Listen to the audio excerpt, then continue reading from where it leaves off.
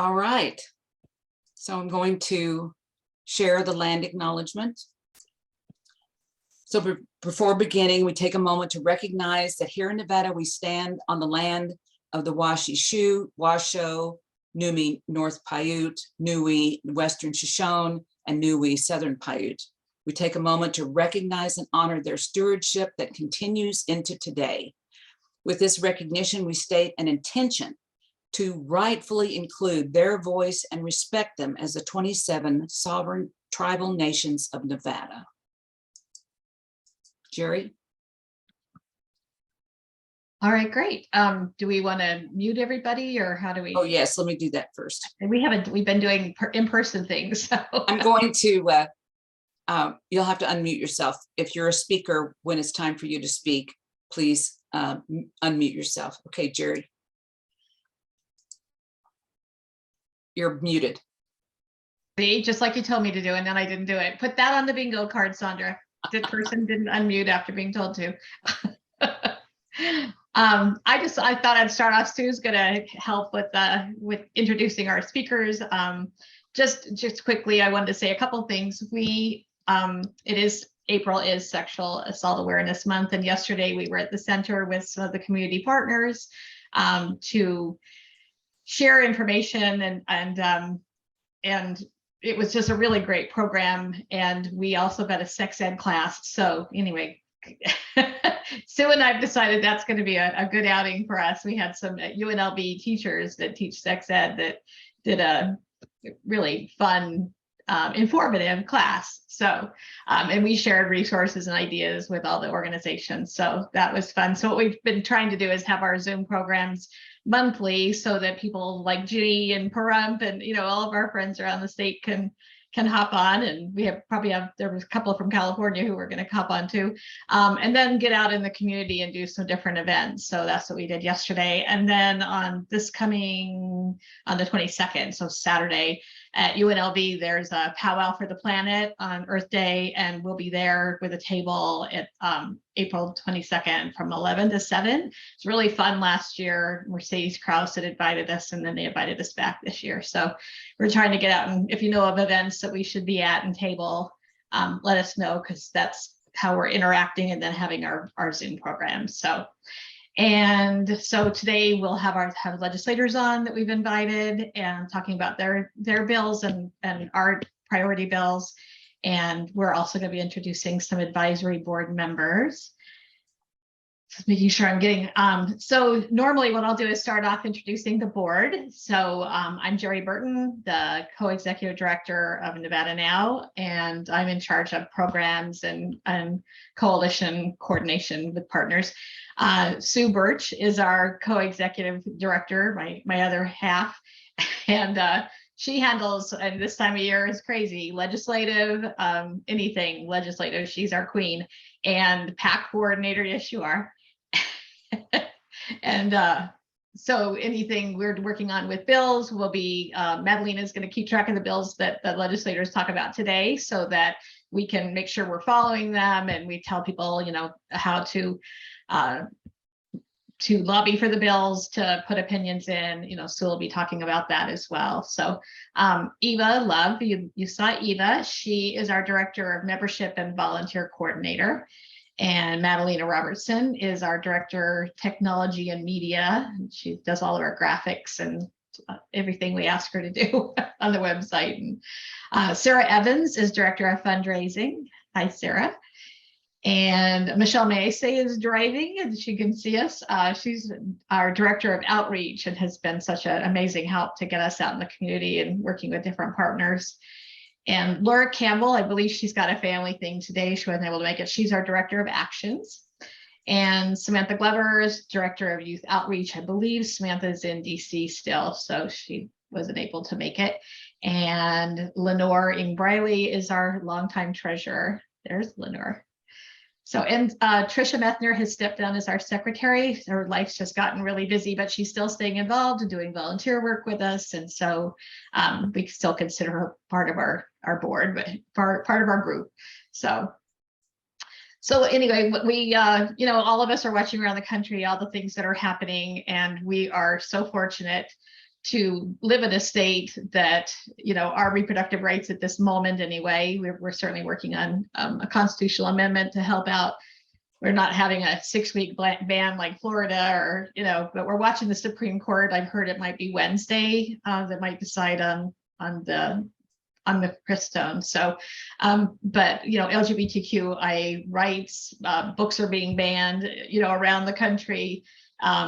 We're trying to get common sense gun laws here as well, but, we see how it's going in a different direction. So we're grateful to have our first in the country female majority legislature. And we've got some really great members here today as our speakers, and we're looking forward to hearing about your bills and how we can help. And Sue's going to talk about some of the things that we're following on our 100 bills list right now.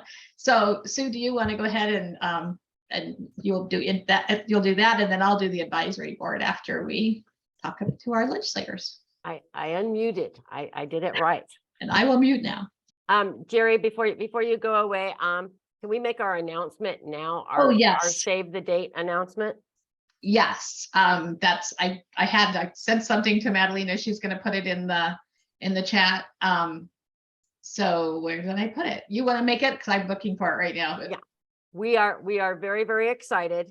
Last year, some of you know that we did a pretty decent party on Women's Equality Day, August 26th.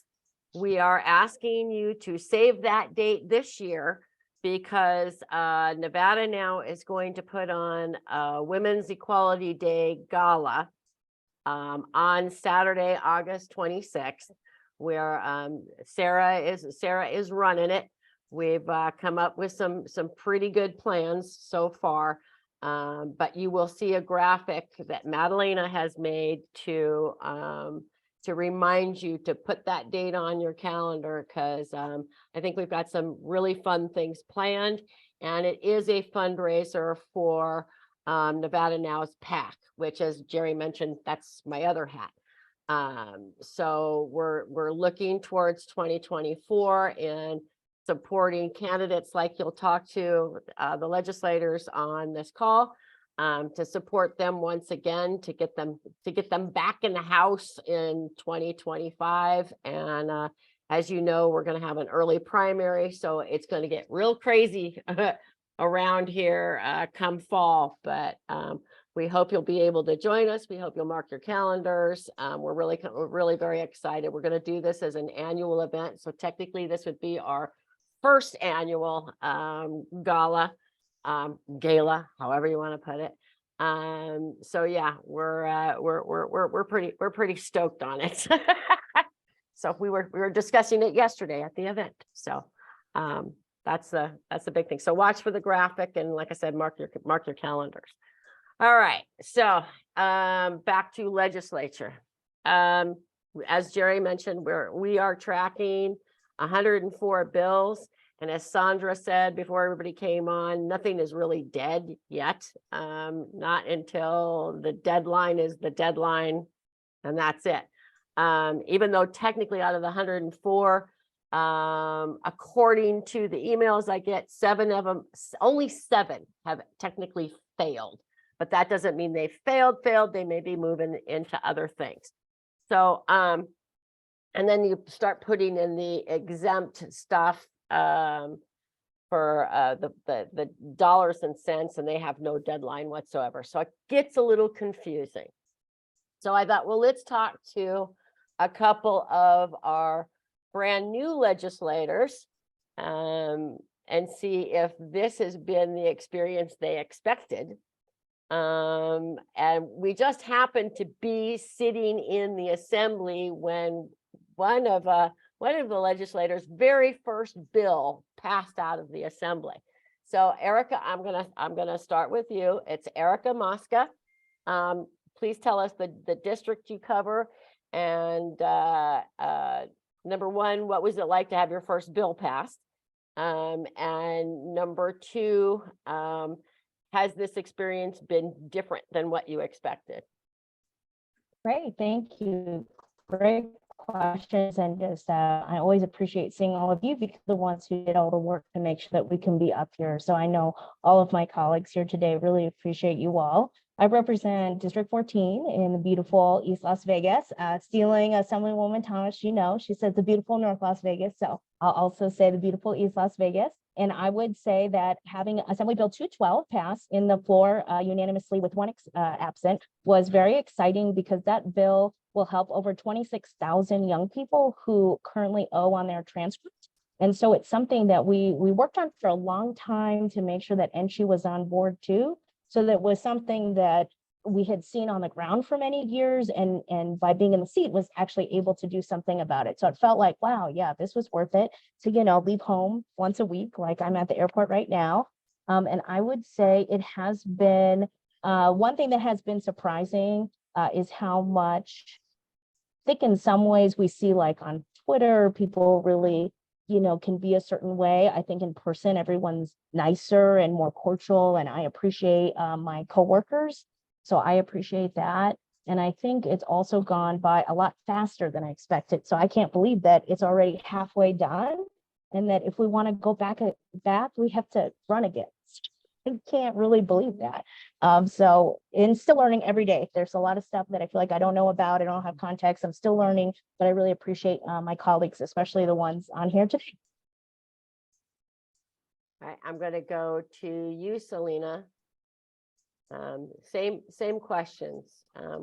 I know you've gotten a couple of bills through the assembly, but tell us your district and what was that like, and has the experience been what you expected?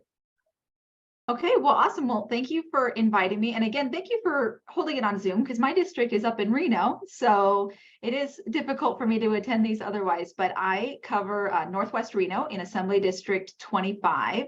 I guess I will say the beautiful Northwest Reno, just to keep with the trend. But let's see, as far as surprises, I think a lot of it is what I think I expected of the crazy hours and the really hard work.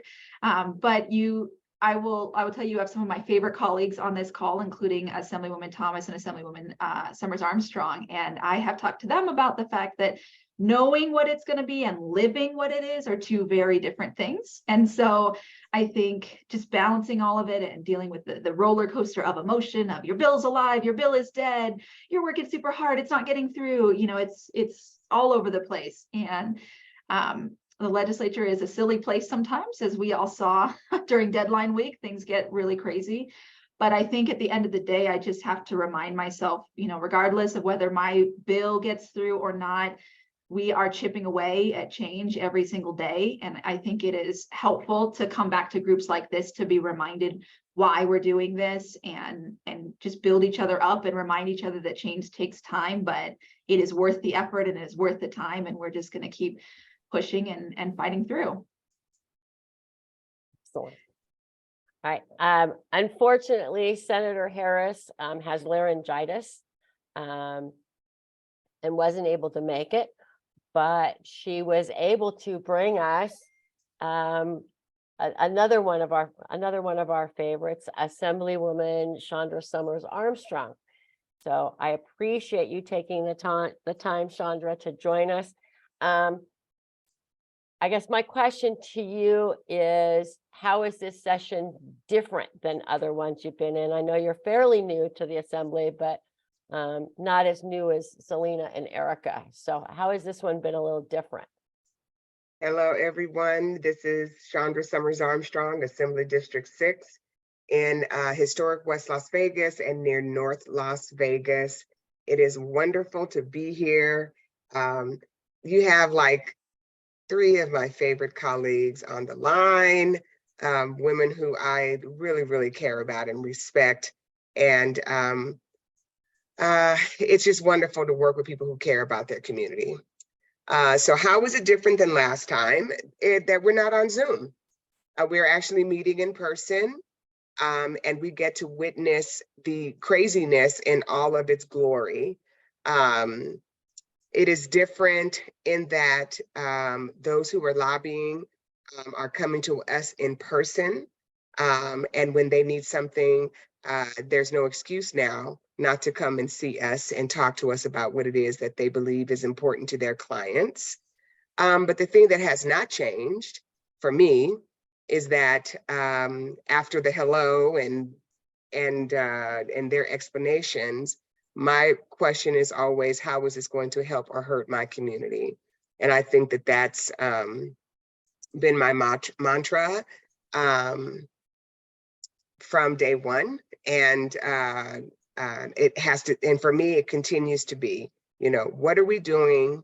What am I doing to help my community? And if legislation comes through and it's not helpful, you know, I'm not interested in spending a lot of time on it. Another thing that's different this year is that I'm not in Health and Human Services this time. I'm on Revenue, and that has turned out to be a really tough committee for me. I feel really kind of lost sometimes because the issues are so diverse and divergent, but I've got great folks on the committee like Assemblywoman Mosca, and we can look at each other and go, did you get that? And I'm like, I don't know, did you get that?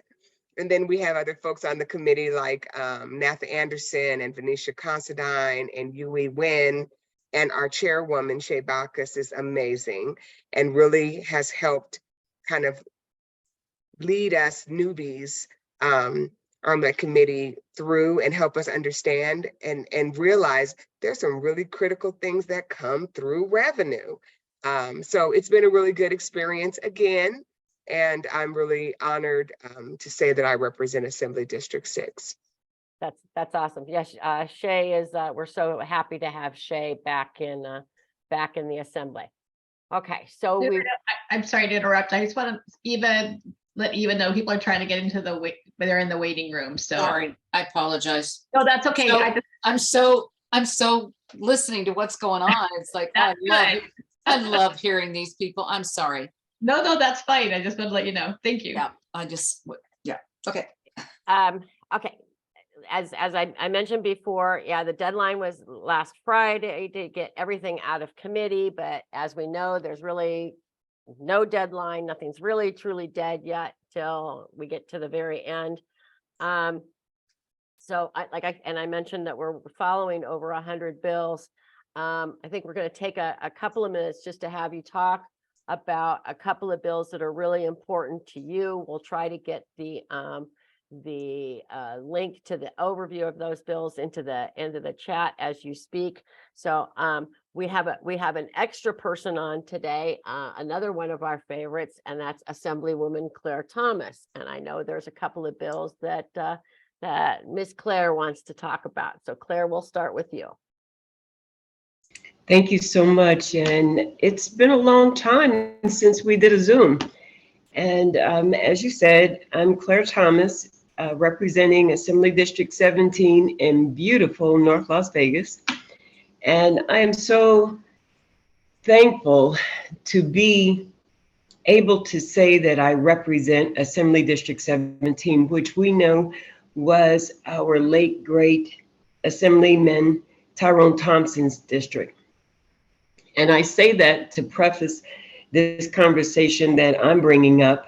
And it has to do with some assembly bills that I'm fighting against, which is Assembly Bill 285, which was combined with Assembly Bill 194 and the governor's bill of Assembly Bill 330.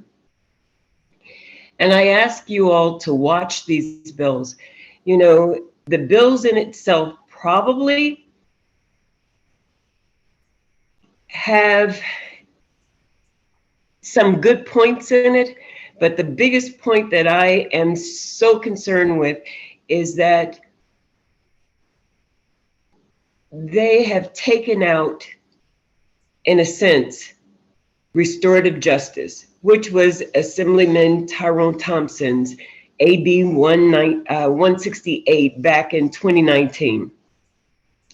And their premise is that restorative justice does not work.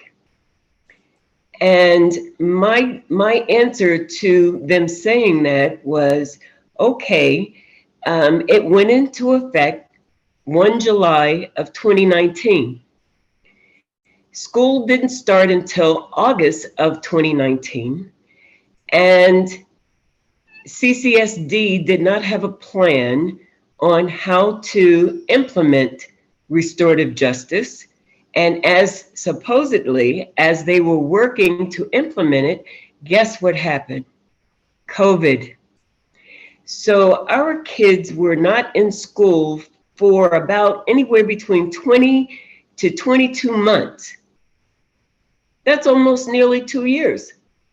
So how do you have the data to say that restorative justice did not work? We don't have the data. And besides, CCSD did not implement it.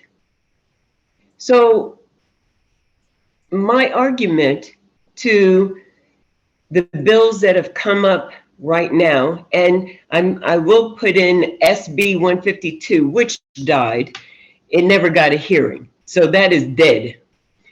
And I'm glad it was, because all of them are the same. They're all talking about expulsion and a permanent expulsion. We'll take the governor's 330. The governor says that his bill is different because it's 6 and under are safe. 6 years old and under are safe from expulsion. Assembly Bill 194 had no age until it was combined with 285. And the two sponsors came up with, okay, it's 6 and over. Well, my answer to them all was, okay, in the state of Nevada, mandatory education for our kids is 7 years old. So what are we doing? Are we going backwards? You know, and to me, it's, I wish I had answers for you. I am so upset that we have people that are sitting on the education committee with PhDs in education. We have people that have master's degree in, you know, in education.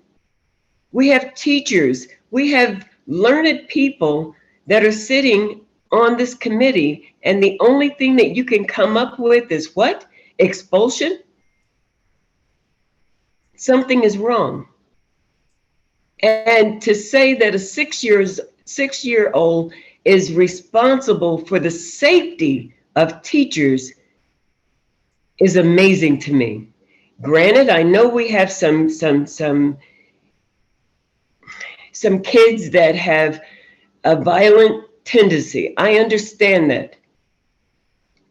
But in the same sense, we have to have a solution. We can't just say we're throwing the baby out with the bathwater.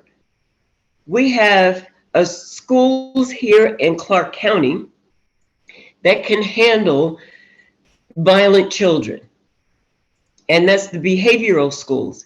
But there's a problem with that, because the behavioral schools, they say they're funded. They say they have each kid, the monies that come with each kid is $20,000. But I've toured the Peterson campus, and I tell you what, 5 minutes that I was in there, there was a fight that broke out. And one kid was being held down by 4 other kids while another kid was beating them up. And the hall monitor at Peterson is 84 years old. And they don't have enough staff in Peterson. They don't have licensed counselors, nor do they have licensed social workers. So there's a problem. So if you're giving, and at any time throughout the school year, there is 300 students at this one school, Peterson, And if CCSD is saying what they said, that each student over at the behavioral schools, the school district gives this behavioral schools $20,000 per student. There is no excuse for us not having counselors licensed, no excuse for licensed social workers and wraparound services to find out what's happening with these children. When they walk into this building, they go through a metal detector. When they go to PE, they refer to it as a yard, because once you go into this room, they have nothing but weights in there. So it looks like, I've never been to prison, I'm gonna tell you that, never seen the inside of the prison. I should be going because I have one right in my district and I will be visiting them. But for kids' minds to be there, we're doing something wrong. And for us to sit back and have a solution of the only thing that we can do is expel these kids. All right, so you expel a 6-year-old, and one of the bills, 285, says, well, there's a reentry plan for that age. They're expelled for a year, and then, you know, through restorative justice, they can come back. And I'm like, so what are we saying? That we are ready to expel children, and then we will give them restorative justice. Claire, A 6-year-old doesn't remember what they did 2 minutes. 2 minutes. Yeah, their attention spans are horrible. Claire, we've put the links for those 2 bills, AB 330 and AB 285, in the chat. We happen to be up in Carson City with the hearing for AB 330. It is worth watching. I suggest you watch it. It was from March 23rd. I forgot what month it is. I suggest you watch it. Claire, and I've heard about Peterson and the lack of licensed professionals. What, as activists, can we do to what can we do? I mean, because Sandra's saying our children are paying the price for Nevada not investing in behavioral and mental health. We get that. How can we get our voices heard? Is it through the opinions? Do we email our assembly people, our senators? You're nodding your head yes to all of that. Yeah. Well, you know it, Sue. You know it. You've been doing this. You know it. We need to start this campaign and start it. You know, and I'm going to just give you just one example. You know, CCEA started a campaign against me. And I'm like, okay, CCEA, you say that I don't believe in safety for the schools and or teachers. But I look at it, this is bullying. You're doing exactly what you're saying that the students are doing. This is what you're doing to the assemblywoman that, you know, that's looking at other things that are necessary for our community. But my no voice shouldn't be heard. I shouldn't have a right to say no to something that I don't believe in. And to me, that's not what we do in America. That's not how this works, you know. And then what they're actually doing is giving a message. It's a message to the rest of the assembly and senators in the state of Nevada. If you don't do what we say to do, then we're going to do this to your area so that people will hear our message and not yours. That is a Trump mentality, and I'll call it like I see it. And I said, don't play gangster with me. I grew up in Brooklyn, New York, and I have been in the biggest gangster institution in the world, and that's the United States Air Force. So don't gangster me.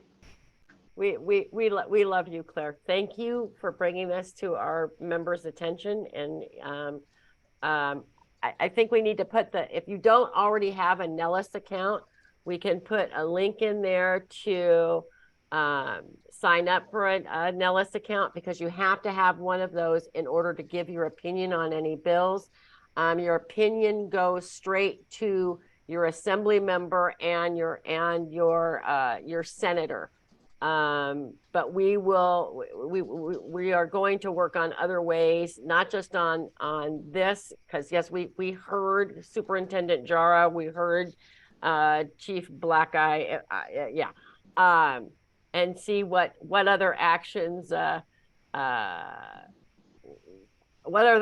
we can take. But yeah, we love you, Claire, and I think what CCEA is doing is not fair and wrong. So that's one of the reasons why we wanted to have Claire on today. So thank you for that. Thank you. Thank you for giving me the opportunity. I appreciate it. Thank you. Thank you, Claire. Okay, now where am I going? Selena, we're gonna go back to you. Tell us about any bills that you really want to get over the finish line, and how we can help. Okay, so I'm sure that there are bills that are clearly on your radar, right? We have the abortion rights bills, we have the one adding the protections in the Constitution, and we have the ones protecting people coming from out of state. I would imagine you're getting a lot of attention on those, so I don't know that I'm going to spend a lot of time on the big obvious ones. I think as far as my personal bills, one that I ended up working on, and I'm really actually excited about, is AB 356, which is banning tracking devices on vehicles, because I don't know how many people realize this, but it's actually not illegal to track someone with a GPS tracker right now. Anyone can track you at any time, and it's a huge issue with domestic violence and stalking and threats against women. And so we have bipartisan support. I'm actually working with Assemblywoman Dickman on that and hoping to get that through, and really also safeguarding it to make sure it's actually protecting women and not having any other harmful negative consequences. And then as far as my bills, I have three that got through. So we have AB 109, which is that soil health bill, which I already talked to everyone about. And that one has bipartisan support. It came out of committee unanimous, which is really exciting. And so I'm looking forward to that one going through. My fluorescent lamps bill was AB 144. That just got voted off the floor. I have the distinct honor of having the first partisan bill of the session. I got no Republican votes on that one, but that's okay. We're gonna do it anyway. That was the one replacing fluorescent lights with, was it the LEDs? Yes. Yeah. Yeah. And then the one that I'm really excited about and would love to have support on is AB 228, which is my geography bill. Assemblywoman Thomas just signed on to that one, which was awesome. It's mandating geography to be taught in high school, which I think is really important because it's a critical life skill that our kids need. And it's one of the few places in the curriculum where every single student gets to see their culture reflected in a positive way and gets to feel seen in our classroom. So that one is going to go to the floor next week. So that one, if anyone is willing to, send a letter to your assembly person or put in an opinion, now would be the time, because I'm trying to get all those votes to get it passed out of the assembly. If you would put those three bill numbers in the chat, and any way to contact you if you'd like, Selena, if you haven't heard either Selena question someone in a hearing, it is definitely worth listening to, because she gets right down to the point. Yeah, she drills it down. I think that has a lot to do with the fact she's a excellent researcher and knows her stuff. And she just drills it down. It's a hoot to watch. So if you can if you can call watching a hearing a hoot, but. Oh no, I appreciate that tremendously. And my three colleagues on here are all on committees with me, so they get to see it most days. Oh, yeah, Chandra was making hand gestures about drilling it down exactly at the same time I was saying it. So yeah. Yeah, I like that, Chandra. Chandra, I'm going to go to you. 3 of your key bills, or I don't know if you have Dallas's bills or just All right. So in homage to Dallas, who couldn't be here, I'm going to talk about quickly one that we worked on together in the interim, and that's her SB 225. And I messed around and didn't get my name on it before it came out of the Senate, but I'll get my name on it in the Assembly.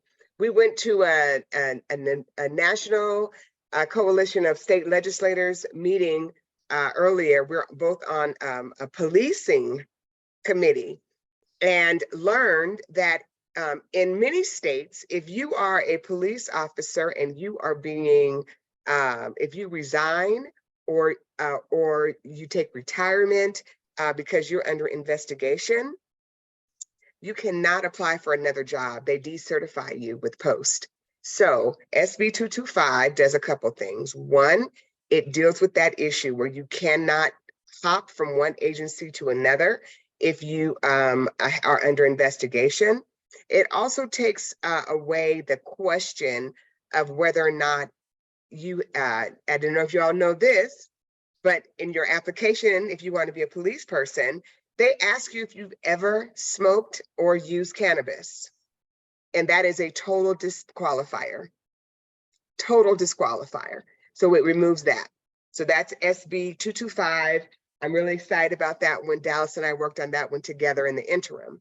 For me, I have a couple of bills I'd like to share with you. My AB 202, which allows electronic monitoring devices in skilled nursing facilities, was voted out on Friday. So I'm really excited about that.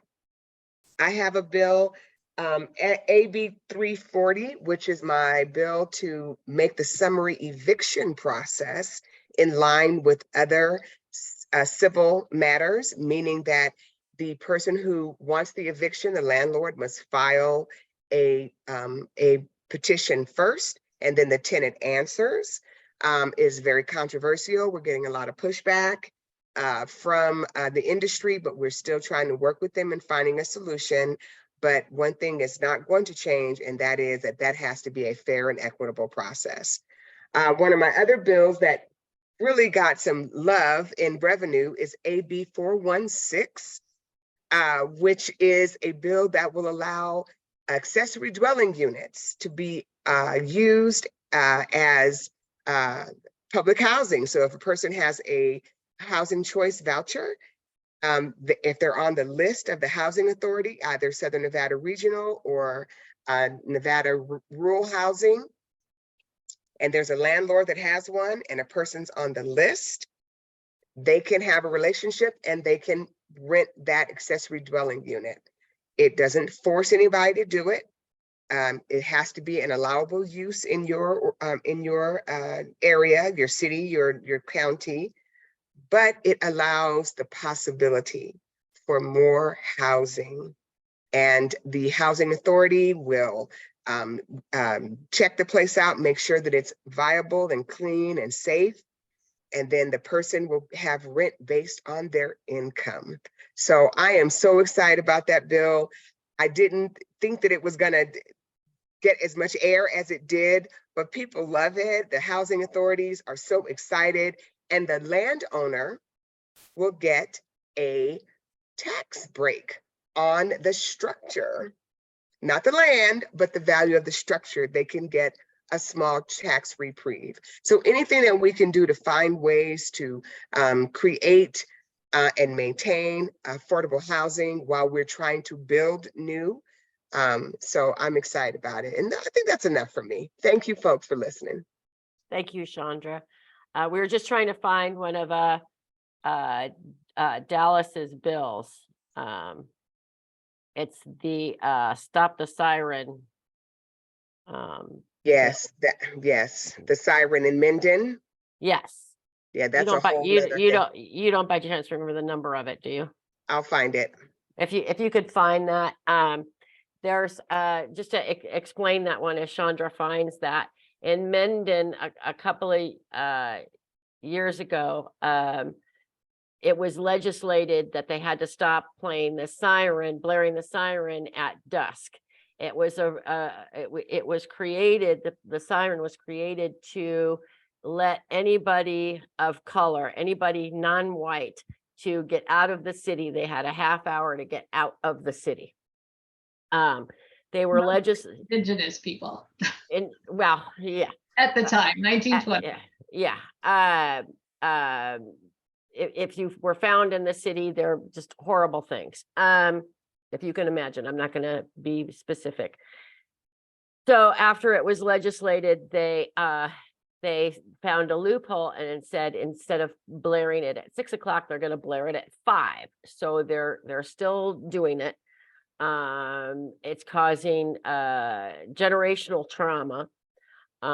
We just happened to be there at the hearing, and we were just absolutely stunned. And we're going to find that bill number, and we ask Sue, might I just sure. insert real quick here? Sirens, much like many other things that have been used over the hundreds of years in this country, were used against all people of color. These are notorious behaviors that came from the South and traveled to the West. So the sirens were used also in the South for Black people after emancipation to get out of towns. They're called sundown towns. They are all over the South. That's why we have this book called the Green Book, which was used by Black people to know where not to go when they were traveling across country in cars, because there were so many sundown towns that people could lose their life if they were in a sundown town after dark. So not new to Nevada, possibly targeted or mainly targeted towards Indigenous people, because those are the Native people that were here, but a tactic used by white supremacists throughout the history of this country.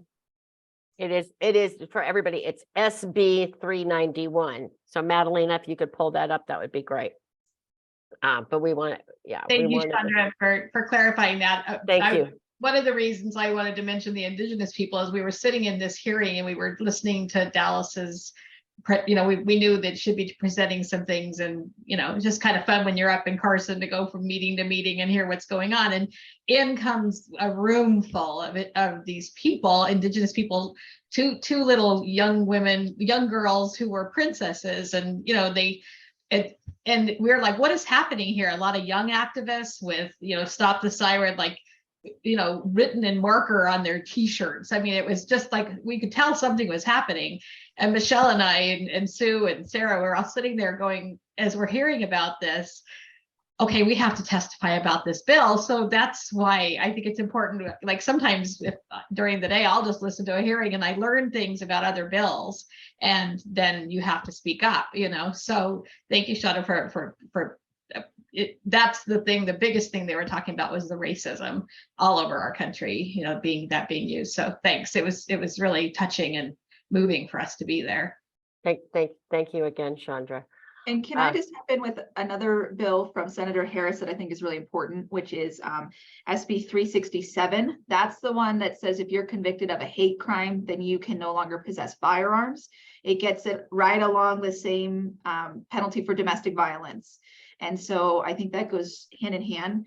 That was a really important hearing that we had. You're welcome to go back and watch it. I think the thing that really struck me, and honestly, in a really terrifying way, is the number of people that called in against that bill, terrified that their guns were going to be taken away. And I don't know about you, but I have never worried about accidentally committing a hate crime.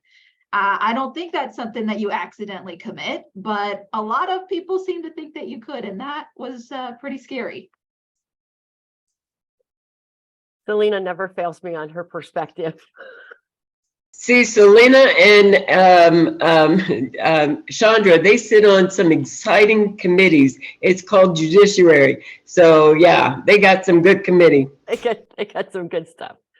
All right, Erica, I know you got to catch a plane. I haven't forgotten you. Your turn. No, you're fine. Thank you. This has been great to hear from everyone. And so I'll share three things. Assembly Bill 241 is a pretty big one for me that I'm excited about how it's going. But this one really says that every young person should have access to the college and career readiness diploma, which is the highest expectation.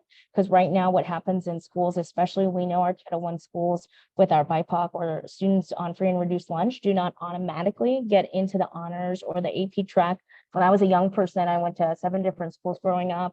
And, my parents were just trying to survive. And my school didn't put me on the accelerated track until my teacher went in and advocated for me.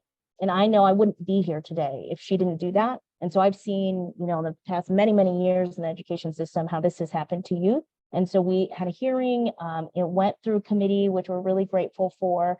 And so that one is really just trying to end tracking. That's what it's called in education. But I think a good point is it's also pragmatic because it still gives students a choice. So it doesn't say every student must graduate on this diploma. It just said every student must have access. And if they don't want to do that diploma after a year, they can get off of it, but it's not just automatic. There has to be a parent, an administrator, a counselor, so that we're not just trying to put young people in a box based on their background. So that one is Assembly Bill 241. I'll also share that an example of kind of how that's what they call it, how the sausage is made, right? I used to hear about that and not really know what that means until now I do.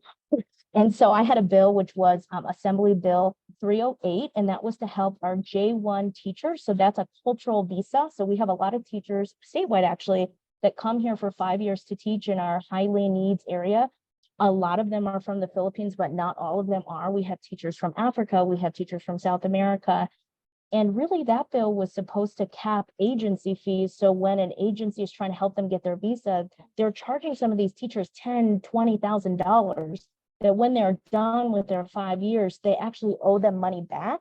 And so I was trying to work on that, and my bill actually died. So that one didn't get a hearing, but I knew that was going to happen. So I talked to Senator Flores, who had a similar bill, but not the same, and we're able to put that in his bill. So that's Senate Bill 308.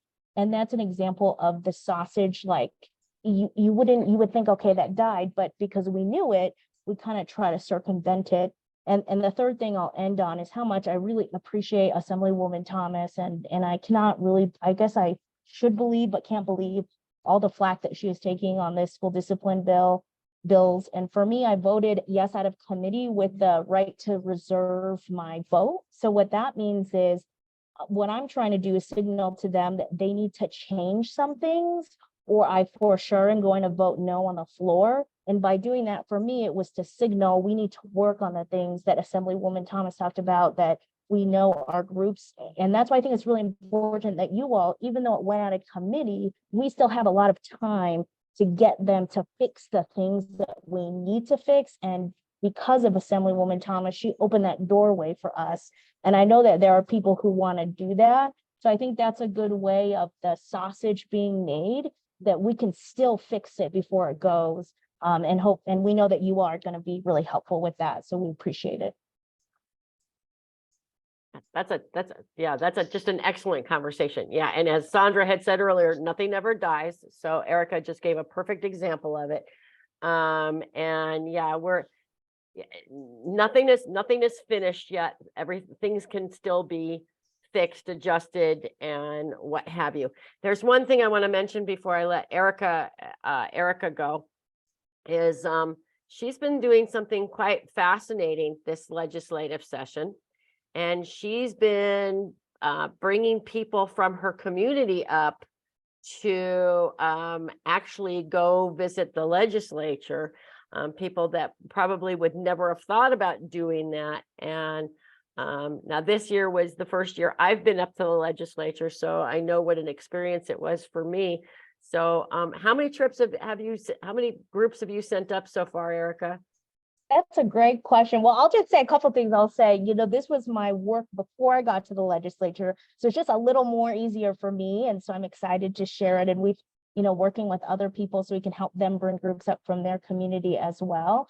But I think my goal was to have one group a week. And so if they're adults or from like a group with adults, we don't pay for their way. They have to pay their own way, but we help them figure out how to sit on the floor, get them a tour in the legislature. And then if they're students, we'll pay their way up. And so we've pretty much done one a week. And it's just, for me, honestly, it helps me grounded in why I'm up there. And so I think I get just as much from it as the folks who come up. I think some of your colleagues are probably getting that same effect from you bringing people up, because you're all in it together. So I mean, we when we were up there the couple times, I had seen younger people up there, and I was so thrilled. So I want to commend you for doing that. So now we're almost done because I know Erica's got to catch a plane. But there's a lot of talk about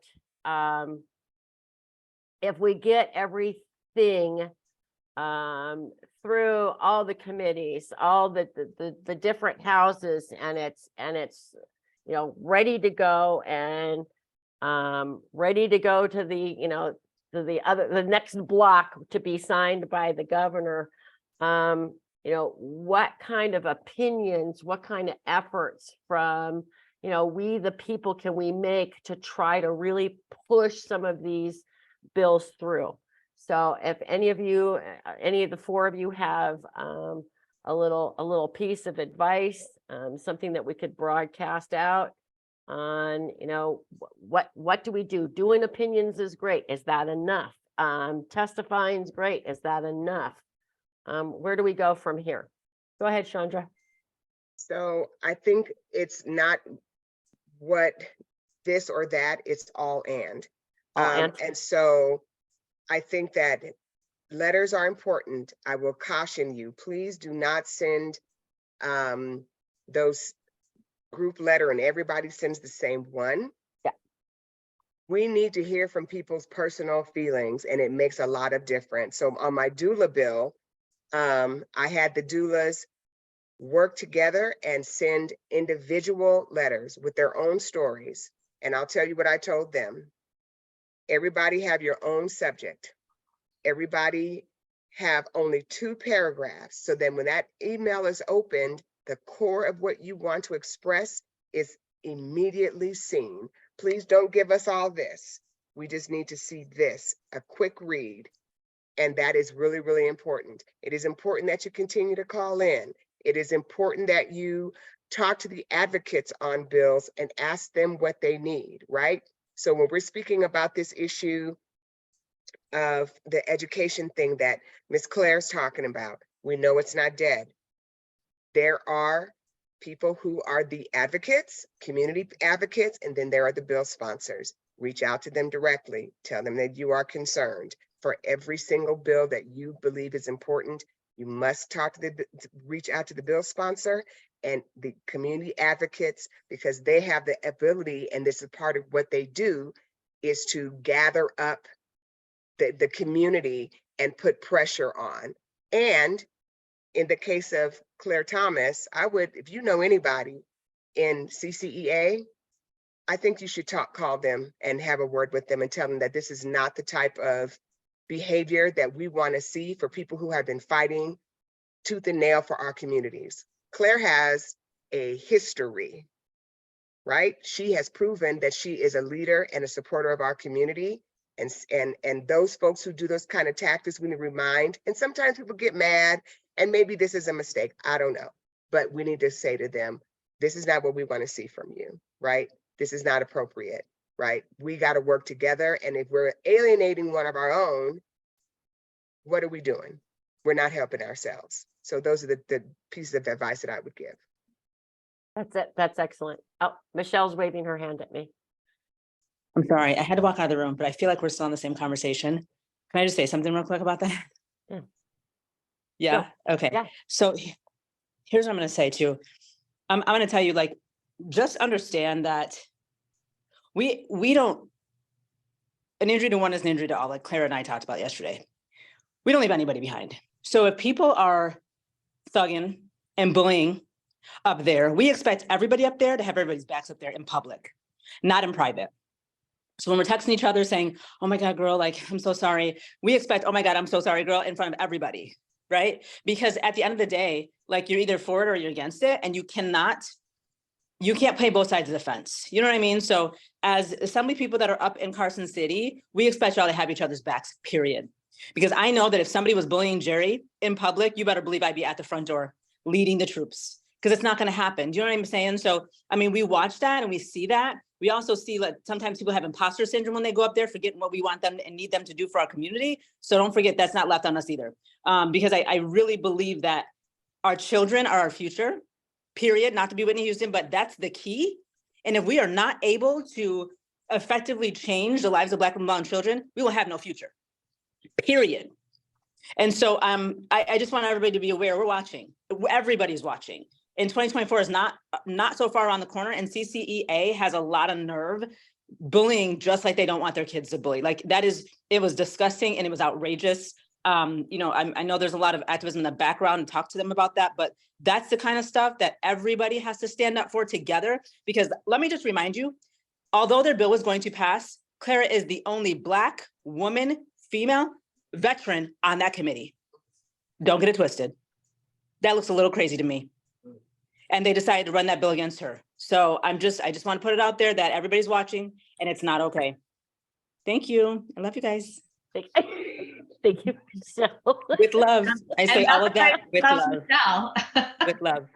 Mhm. Selena, you had your hand up, baby. Oh, yeah, I was just gonna I got a little distracted from Michelle's thing. Hold on. Yeah.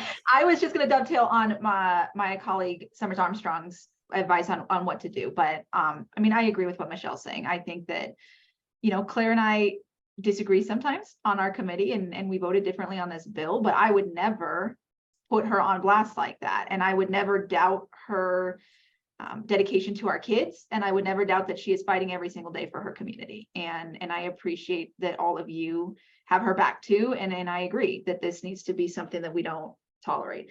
I am not a member of that union on purpose. Not that they're up here, but you know, I don't really tolerate that stuff. But what I was going to say separate from that is, I know that it's really easy to put in the opinion polls on the bills and it feels like you're doing something, but I highly recommend that you do more than that, because I don't know that many people that are looking at the opinions on there, and you can easily see the votes, but you can't necessarily easily see all the comments. You actually have to go digging to find the comments. And so if you have stuff that you want to be seen, I strongly recommend, like Chandra said, 1, email it to people as personal emails, but 2, email it to the committee secretary to have it uploaded as an exhibit, because then it's right there and we all see it. And the exhibits are where we see proposed amendments or where we see presentations. And so if you want people to read what you're saying, that's the place that I recommend you sending in those comments. Thank you, Selena. Erica had to go jump on her plane. Claire, do you concur with Chandra and Selena on? I concur, and I appreciate the support. You know, Erica has expressed that to me also. It's not, you know, it's like I told our caucus. I don't want people to feel like, you know, to feel sorry for me, or, you know, to have that, you know, oh girl, you know, this is happening to you. Sorry, this is happening, but, you know, everyone, you know, it happens too, but your district is safe. That's not the point. That's not the issue that I have. The issue that I have is, let's stand up for our kids. Our kids, you know, we sit in committees and we have bills that address mental health issues due to COVID. We address, you know, social anxiety due to COVID, housing due to COVID. So why would you want to have a bill that addresses punishment without thinking of all those things that you're sitting there, you know, it's almost like, I guess, you know, an oxymoron, you know, when I think about it, you know, I just, you know, and then there's some people that want, you know, like my Republican colleagues, you know, told me, well, I can't go against the governor. I believe in you. I believe what you're saying is true, but I can't go against the governor. And the governor comes out that he's a law and order. That's how he ran his campaign, law and order. And then you're going to throw in there, but I'm an educational governor. Yeah. You can't have it both ways, dude. You can't have it both ways. So I think from what we've heard from our 4 legislators today is that we all need to stay involved. We all need to be focused on the end game. Let your voices be heard. There's a lot of us around here. If you don't know how to do it, there's a lot of us around here that can help you. I know I think we've put the general email for Nevada Now into the chat, but if Madalena, if you do that again, if you have questions, need help, please reach out to us.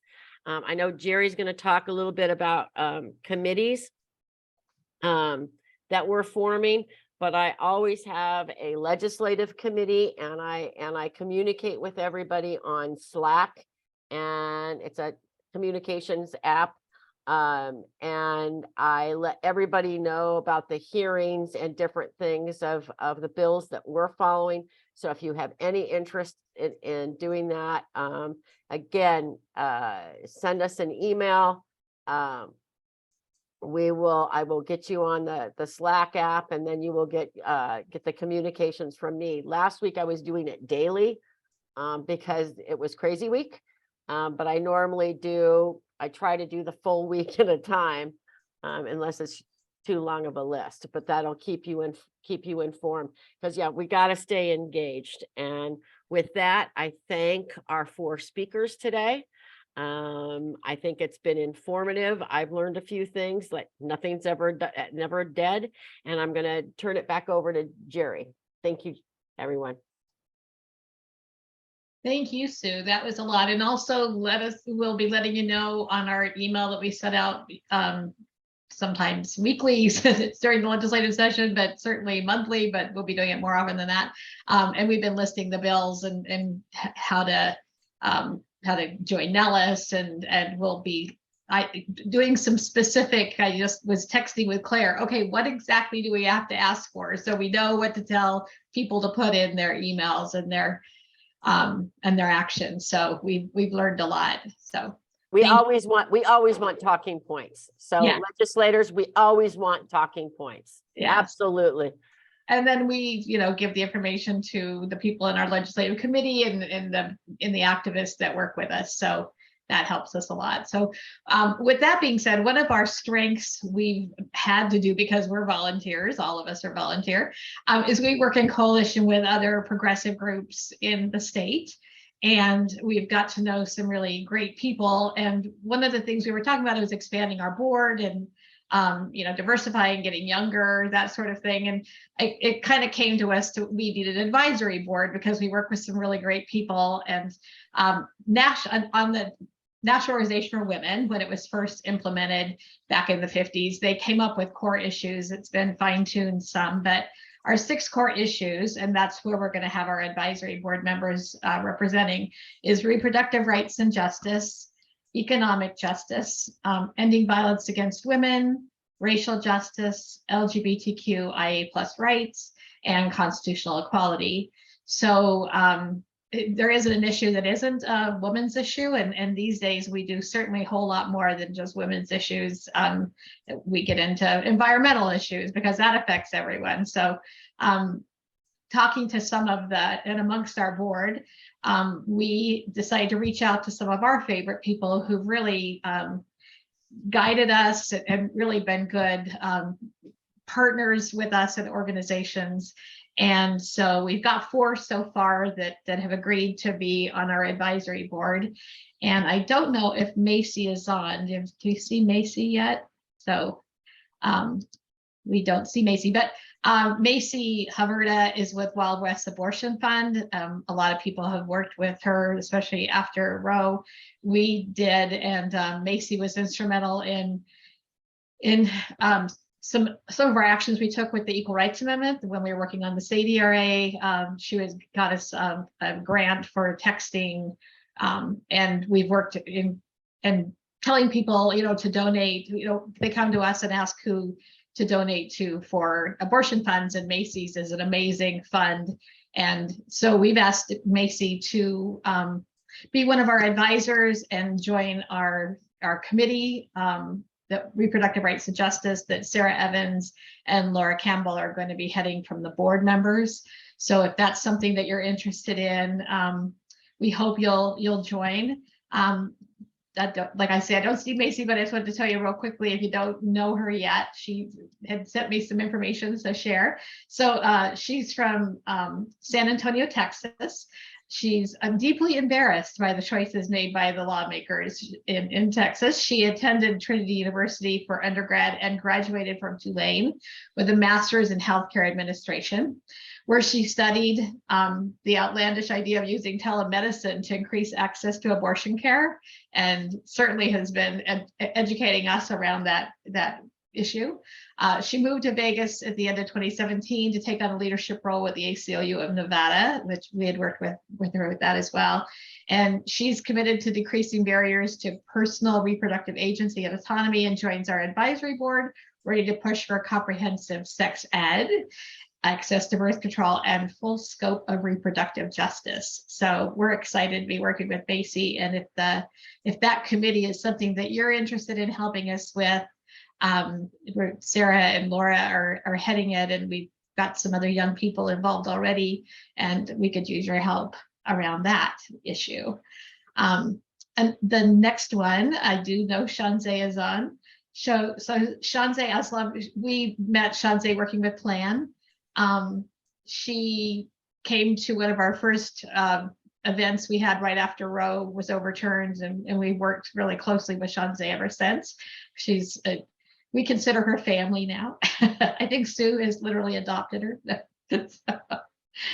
So Shanzeh grew up in Vegas, and after she and her family moved to the Valley from Pakistan, she graduated from VOTAC High School and UNLV.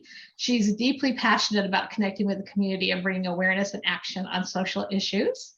As a Pakistani woman and survivor of violence, Shanzeh's always had a passion for fighting for femme bodies' rights to be safe and right to thrive in society without fear. She takes on a role in our advisory board, ready to have difficult conversations, amplify awareness of the prevalence of violence against women in our communities, and fight to end injustice against femme and women's bodies. So Shanzeh, I've given you the introduction.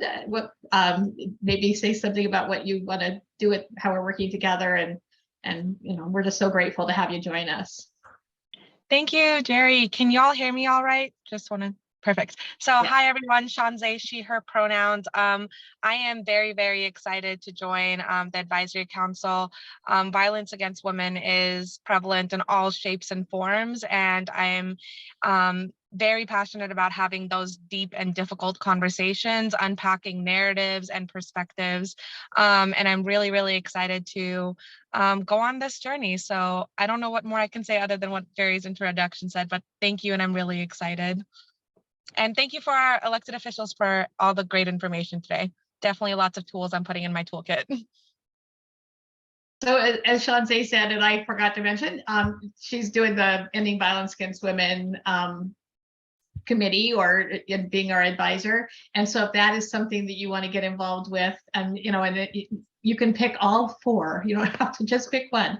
We could use your help in any way, but we put some information in the chat if it's something that you want to get involved with. So thanks, Shanzeh, and we look forward to we love working with you all the time. So the next one, Leslie Turner. I see Leslie's here. I've been working with Leslie for over, well, several years. We've worked with Leslie when she was at Plan, and now with MassLib, we've been working with Leslie on a bill for dignity for incarcerated women. And it's been such an honor, and I learn from Leslie every day. Obviously, as Michelle always points out, everybody knows you're a white woman in your 60s, because I always say I feel uncomfortable sometimes, but Leslie has guided me and we worked together so well. And so when I was reaching out to her to talk about who could be on, for racial justice, she was my dream person. And I was thinking that probably I'd get some advice, and she's graciously, and we're honored to have her join us as our advisor for racial justice, because as I say, we've worked together, and she's just amazing, and you're going to love her just as much as we do. So a few things, and Leslie can talk about what she does with MassLib, but she's a community organizer, a mother to Naz, UNLV alumni, policy pusher, writer, and co-founder and current co-director of MassLib project in Nevada. MassLib has an emphasis on creative movement alliances across communities while continuing to uplift people of color who are directly impacted by over-policing and mass incarceration. MassLib works on projects to make social change. They bailed out dozens of mothers from jail under the Black Mama Bailout Program, which I hope Leslie will put something in the chat. They're working on that donation program again right now. Her work with MassLib has spawned various communities in the state of Nevada, such as bailing out hundreds of activists wrongly arrested during peaceful protests, whether it's pushing to replace a district attorney, aiming to change laws that criminalize poverty, or working to enact through legislation that divests from the carceral system. Leslie centers the historic struggle for Black liberation, which makes liberation for all. So Leslie, it's what we wanted to hear from you. There you are. Hello, hey everybody. First of all, just thanks for having me as a part of the advisory committee. I'm looking forward to continuing to build with the organization with Nevada Now, but also individually, like building with you, Jerry, and building with other people, because that really is at the heart of the work, is like building actual relationships that bring value to our lives and really contribute to our overall well-being and ability to thrive. Like, just a few thoughts, I've been on the call, and one of the things that I really center my work in is like anti-Blackness, because it shows up in so many different ways and so many different things. So, we see it in policy and the ways narratives are shaped and kind of fed to the masses. And it is a concept that continues to evolve, and it continues to morph into, new age versions of itself. And I think it's just really important that we continue to look at it and we continue to see it within ourselves. And address it. So anti-Blackness is not, Black people are not exempt from embodying anti-Blackness. So it is all of us, and it's all of the ways in which we've been. That is really what, for me, is at the heart of movement building, is addressing those things that are not out front and center. They're maybe not overtly racist. They're the notions that we carry within ourselves. So I also just, from listening to the call, just want to again thank Assemblywoman Claire Thomas for really, standing in the gap for kids. And, hopefully some type of, resolutions can be made, or I know that there's a lot of legislators that are kind of working on those bills to try to make them less harmful. And, I think that it should be every legislator's kind of ground rule, which is that, like, just do no harm. You know, if you cannot solve a problem without causing more harm, then why are you there? You know, and if your solution causes more harm, then it frankly is not a solution.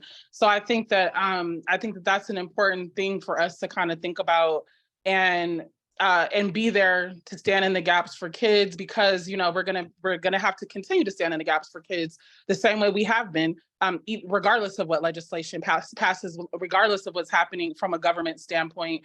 We're going to continue to have to stand in the gaps with our kids. So with that being said, we are bailing out Black moms. We're gearing up right now. We're fundraising. I'll drop our donation link in the chat right after this. And, you know, I'm super accessible. So if anyone ever wants to grab coffee or talk about politics or figure out how we can be the change that we really need to see in our communities, I'm always here. I'm always open. And again, just thank you for having me. Well, we're honored to have you join us. And you know, I love working with you all the time. One of the things that I learned, we were going to work on this Dignity for Incarcerated Women bill.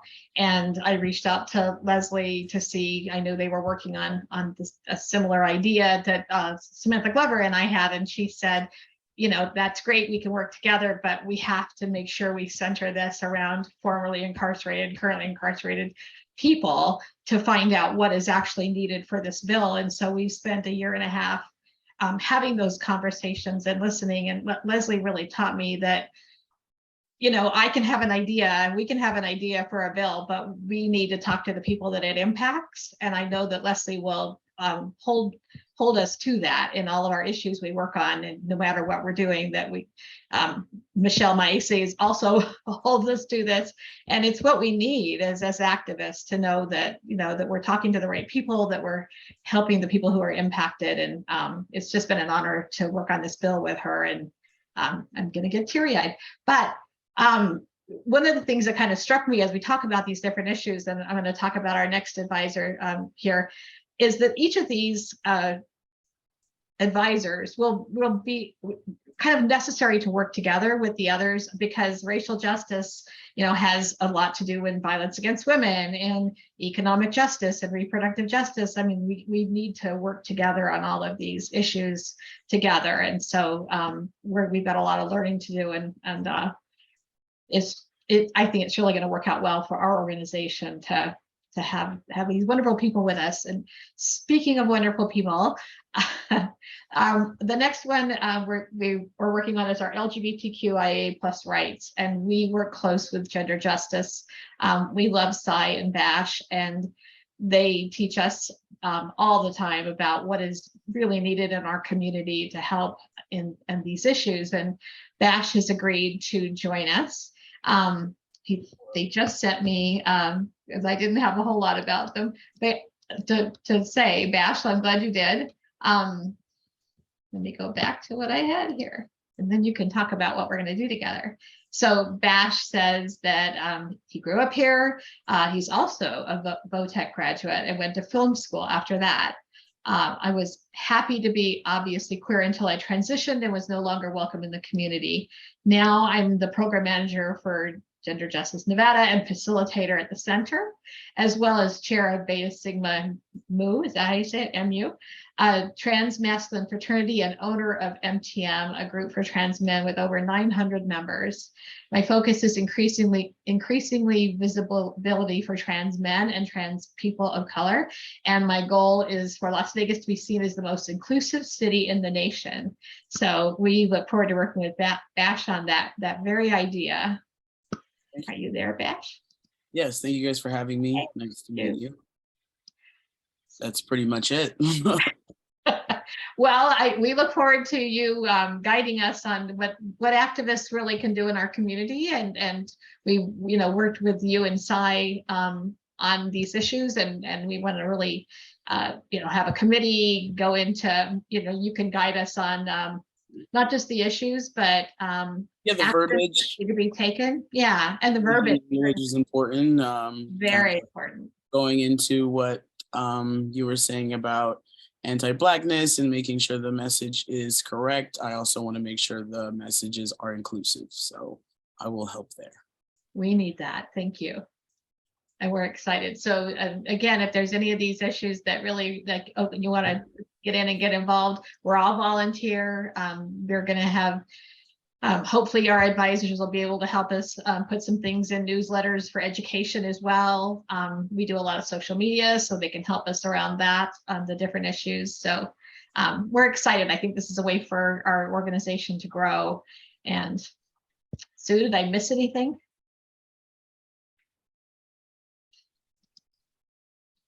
On your notes? It's just, yeah. What we want from our advisors is just what issues are out there, how we can help, what actions we can take. It's always a process of learning. So we make sure we're on the right path, as Bash said, with the right language to be inclusive. You know, we know we're not the experts. We know that, and by reaching out to the community, we bring their voices to the table, and so that we can all work together and make this you know, an inclusive, a safe state for everyone. I mean, we just passed the most inclusive Equal Rights Amendment in our state's constitution. This is our way to build that coalition to make sure that that it's followed, that you know, we're getting, all of us are getting what the rights that we deserve, and you know, that we're all in this together. That's Bash, do you want to say something? Yep. Yeah, actually, I just wanted to put something out there because I think you guys kind of know about most of the bills that I have been working on. I think are looking like they're going to pass. But something that just happened is there's kind of like a push in Pahrump to move around some books. I think it's important that we do our best to go and support the rurals right now because they're trying to get them flipped. So going to their prides, going to their school board meetings, just showing up in those ways so that the people, because it's just like kind of like a let's test the waters, right? And it's been made clear that we're not banning books, but I think moving them is a step in the wrong direction, regardless of what they are, if they're, you know, if they're youth books because they contain queer themes, I don't think it's right to move them. So if we can think about maybe getting out to like Mesquite and Laughlin and Pahrump, because that's where really those tactics are going to take place. And I'm if I'm not mistaken, Pahrump Pride is June 25th, 26th. Yes. And we have Ginny on here from Indivisible that I believe is the one Andre referred to, reached out to him about the situation. Ginny, do you want to say anything more about what's going on in Pahrump? Hi, everybody. Yeah, we had a library meeting on Monday where our I'm still very upset about it. We did have an ACLU attorney there, thankfully. There was an article in the paper. It's just beginning, I think. And our library trustee meetings are the second Monday of the month. So I'm sure the next library board meeting will be quite interesting as well. It's just getting started. So I would ask that you all support us out here. We are they available virtually? Unfortunately, they are not. What is happening is a massive book banning in Pahrump from, Well, they're not Right. calling it book banning. They're Well. being Recategorizing. they're relocating some books. And it's a battle out here, as you all know. Ginny, when But you, it's just started. if you have the information about the library meeting, can you put it in the chat? I know, yeah, if you know where it is, what it is. Sure, yeah. If you'd put that in the chat, because we're getting questions on how can we support, because we may have people show up. And I know that Sure. I know there's a plan to attend the Pahrump Pride the end of June. So Mhm. we'll keep that in front with everybody and make sure everybody knows. I'll drive out to Pahrump.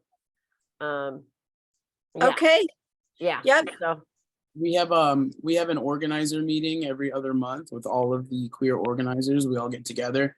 So we just had one a couple of days ago, and we talked about this, kind of seeing how we can all get together just to show up in numbers the way we did for Equality Day. So one of the people that attended has a list of all the prides, because I guess they all have one. So, like, because if this happens in Pahrump, it's going to be a domino for sure, right? Like, so if we can get that list out to everybody, maybe you guys can take some time, go to whichever one's closest to you, or pick one and commit to going. That'd be cool. Bash, Okay. that's exactly what we're looking for. So Okay, if you great. can get us the list, Bash, we'll get it out there. And Ginny, any other way that we can, is it writing to the board members, the library? I mean, any other way that you and Bash think we can get activism around it? Wonderful. Thank you so much. I'll put the information in the chat right now. Thank you. Thank you, Ginny. Mm-hmm. And thanks, Bash, for bringing that to our attention. See, we're Yes. already doing good things together. Thank you, Bash. Did we cover everything, Sue, on our list? I think so. All right, great. Well, we thank everyone for joining us. It's a great conversation today. We will be going up to Carson when we can to to work on these bills and to make sure that people see that we're watching. And we're grateful to our assembly people who are here today. And we like to stay in close contact with them. So we will be doing that. And anything we can do to help you, let us know. Are we doing a Exactly. Slack or something? A group email? What do we? That we need to set up a Slack. I gotta get Sebastian on Slack. Yeah, Technically, I'll re-download it. Okay. we have one for legislative issues that anyone can join if you're interested in learning more and kind of being on a daily basis. But also we could do it on each of our core issues for our committees as well. We have one for reproductive rights already, so we will be setting that up as well, because it's just a good way to not get those texts at midnight, but be able to communicate with each other. So thanks for saying that, Beth. And so Shanzay says that'd be a good idea too. So, and as always, Sue and I and all the board members are available to contact us either by email, but a lot of you have our phone numbers. We're busy with this legislative session, and we appreciate people like some of our Leanne has worked with us on issues and is on our Slack channel. Like we all kind of, those of us through the years have stayed in contact and work on these bills together. So thank you for joining us. If you want to unmute and say hi.